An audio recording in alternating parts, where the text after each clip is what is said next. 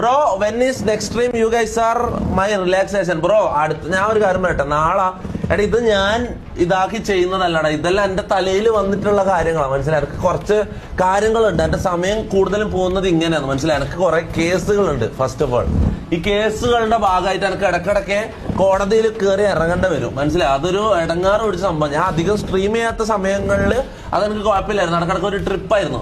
ഇതെന്ന് വെച്ചാൽ ഞാൻ ഡെയിലി സ്ട്രീം ചെയ്ത് ഇങ്ങനെ ഒരു സമയത്തല്ല ഇങ്ങനെ ഒരു സംഭവം വരുന്നത് എനിക്ക് ഭയങ്കര ബുദ്ധിമുട്ടായത്. ഇത് എന്തിനാ? അത് 3 വർഷം മുന്നേ പോലീസ് പിടിച്ച ഒരു കേസിന് 3 വർഷം മുന്നേ ഒരു ഇങ്ങനത്തെ ചള്ള് കാര്യങ്ങളുണ്ട്, കുറെ കാര്യം പറഞ്ഞില്ല. ഇതിന്റെ പേര് ഞാൻ ഇപ്പം കോടതി കയറേണ്ടി വരുന്ന പറഞ്ഞാൽ എനിക്കറിയില്ല ഞാൻ എന്താ ചെയ്യേണ്ട. എനിക്ക് എന്തായാലും പോയി ഹാജരാവണം, എനിക്ക് വേറെ വഴിയില്ല. നാളെ ഇതാണ് വിധി വരുന്നത്. എന്റെ കേസിന്റെ എന്റെ 3 വർഷം മുന്നേ എന്റെ പോലീസ് പിടിച്ച കേസിന്റെ വിധി നാളെ വരുന്നുണ്ട്. അപ്പം കണ്ണൂർ കോടതിയിലേക്ക് എത്തണം നാളെ. ഓക്കെ, അല്ല വിധിയല്ല, വിചാരണ അങ്ങനെ എന്തോ ആണ്.